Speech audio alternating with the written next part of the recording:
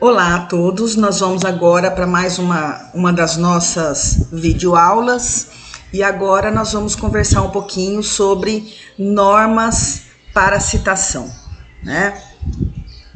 A primeira coisa que a gente pensa é: por que a gente precisa dessas normas? Por que a gente precisa padronizar? A gente precisa padronizar porque nós somos uma nação bastante criativa e se não padronizar, nós vamos ter aí uma série de coisas como essas mostradas nesse slide nosso e que não vai ficar bom num trabalho científico. Então a tendência é que a gente padronize mais ou menos para evitar uma explosão de criatividade e de memes aí surgindo com o nosso povo.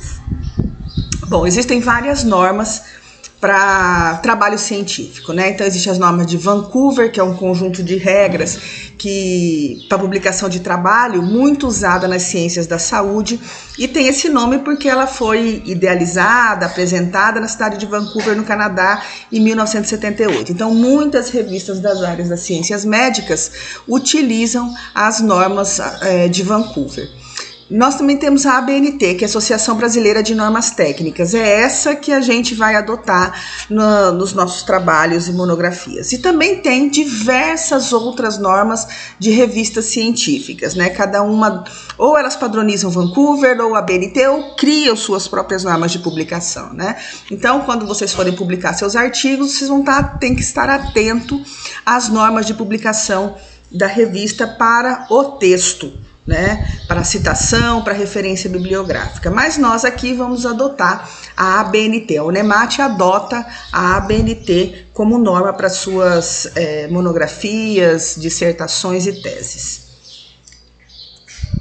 Bom, existe um conjunto de normas, né, numeradas, apresentadas, que regem a formatação, a citação e a referência bibliográfica para monografias, teses e dissertações e teses, né? Cada uma delas tem um item aí que elas regulamentam. E essas normas são revistas anualmente, não necessariamente mudadas anualmente, mas revistas sim, né?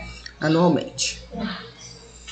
Bom, então o que nós vamos falar hoje? Nós vamos falar das citações em documentos. Então, citação é a menção de uma informação extraída que não vem do autor, ela vem de outros autores, né? Ela é muito importante no trabalho científico porque dá credibilidade ao trabalho, né? As citações ela pode aparecer no texto e em notas de rodapé. No texto é o mais comum, a maneira mais comum de aparecer a citação é durante o texto. E no texto, essa citação ela pode ser direta, indireta ou citação da citação. E a gente vai ver o que significa cada uma dessas daí, né?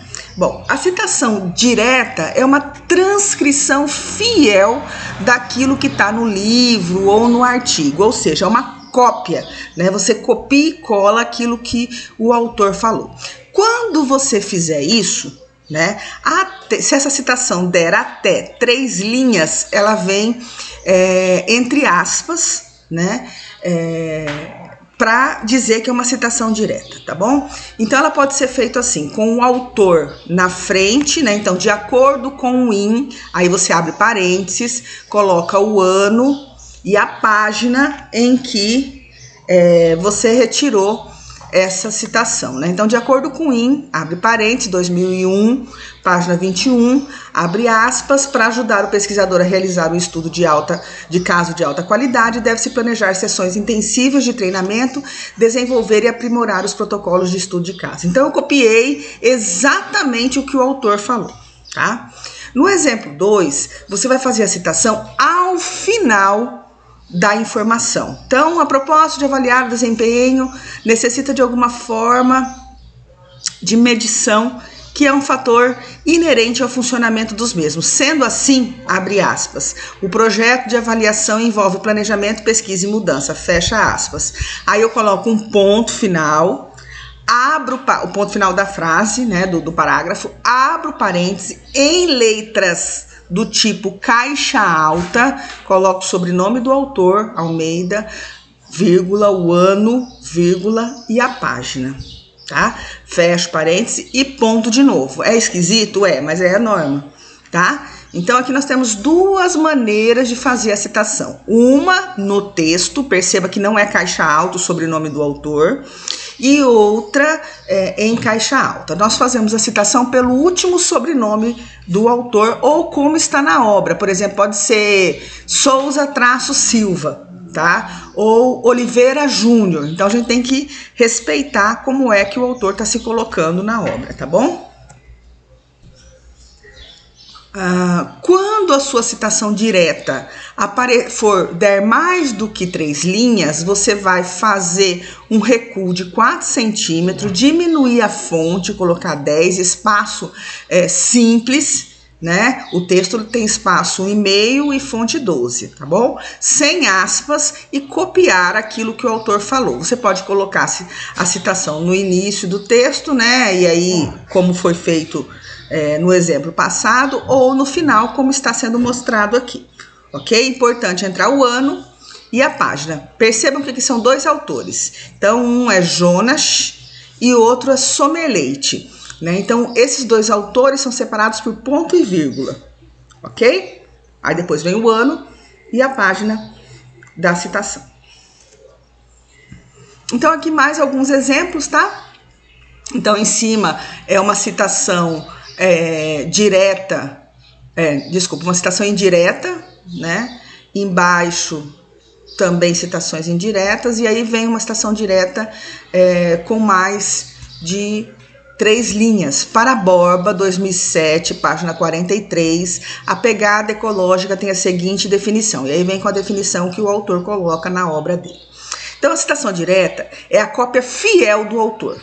Então, usar esse tipo de citação apenas quando for imprescindível, como por exemplo aqui que tem um conceito. Os seus orientadores, e eu me incluo nisso, a gente não gosta muito de citação direta, só quando ela for necessária. Por que isso? Porque cada autor tem a sua maneira de escrever, o seu jeito de escrever. Se você copiar em cada parágrafo uma citação direta, teu texto não tem coesão. Por isso que a gente prefere uma citação indireta para dar essa coesão em cada parágrafo seu. Então, evite usar a citação direta, só a use em termos quando é um conceito, quando é alguma coisa fundamental para a tua área de pesquisa. Dê preferência às citações indiretas, que nós vamos falar sobre ela daqui a pouquinho.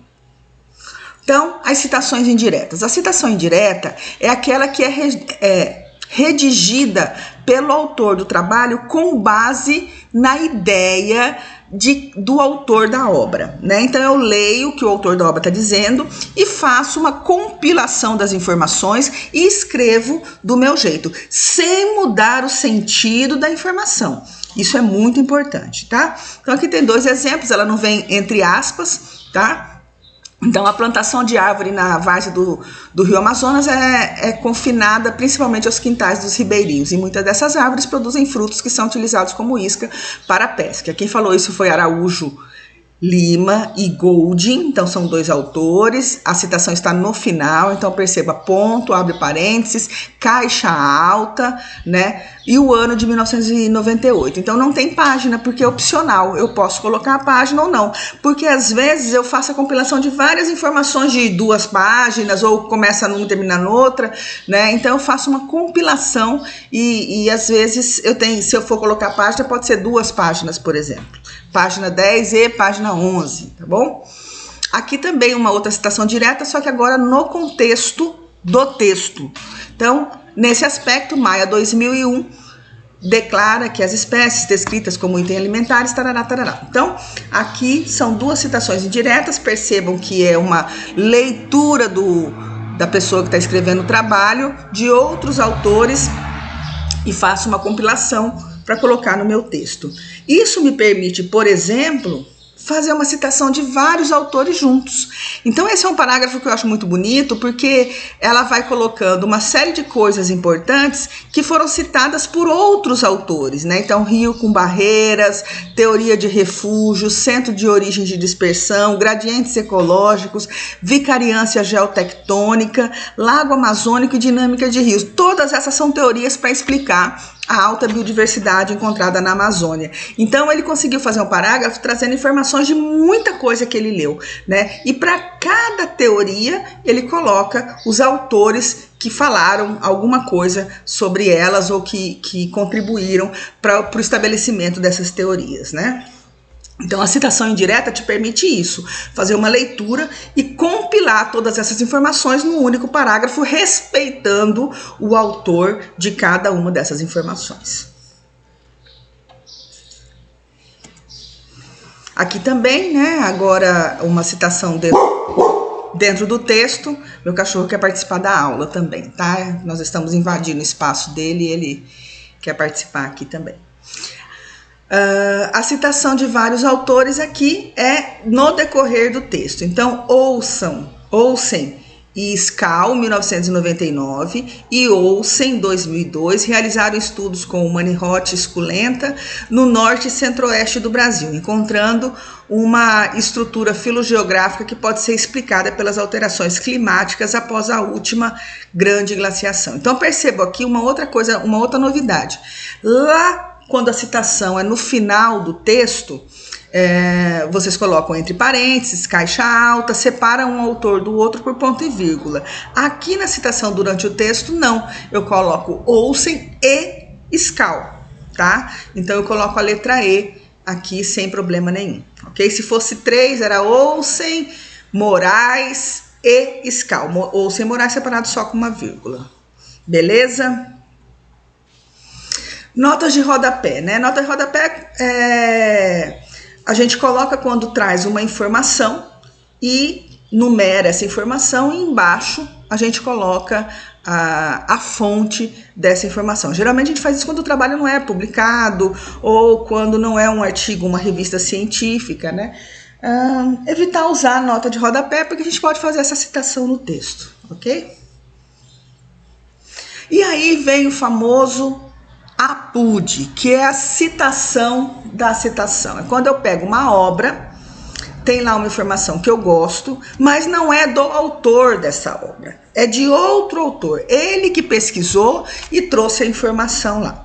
Ela deve ser evitada, porque hoje em dia, com as tecnologias e com esse mundo globalizado, onde a gente tem acesso a muita informação, a gente tem a obrigação de ir atrás do artigo. Então, muitas revistas, por exemplo, nem publicam trabalho que tem citação de citação. Então, você tem que ir na fonte mesmo. Mas aqui na nossa monografia, no TCC, a gente ainda tolera essa citação da citação quando ela for imprescindível e o trabalho é muito antigo, a gente não tem acesso, né? Então, assim ainda é permitido.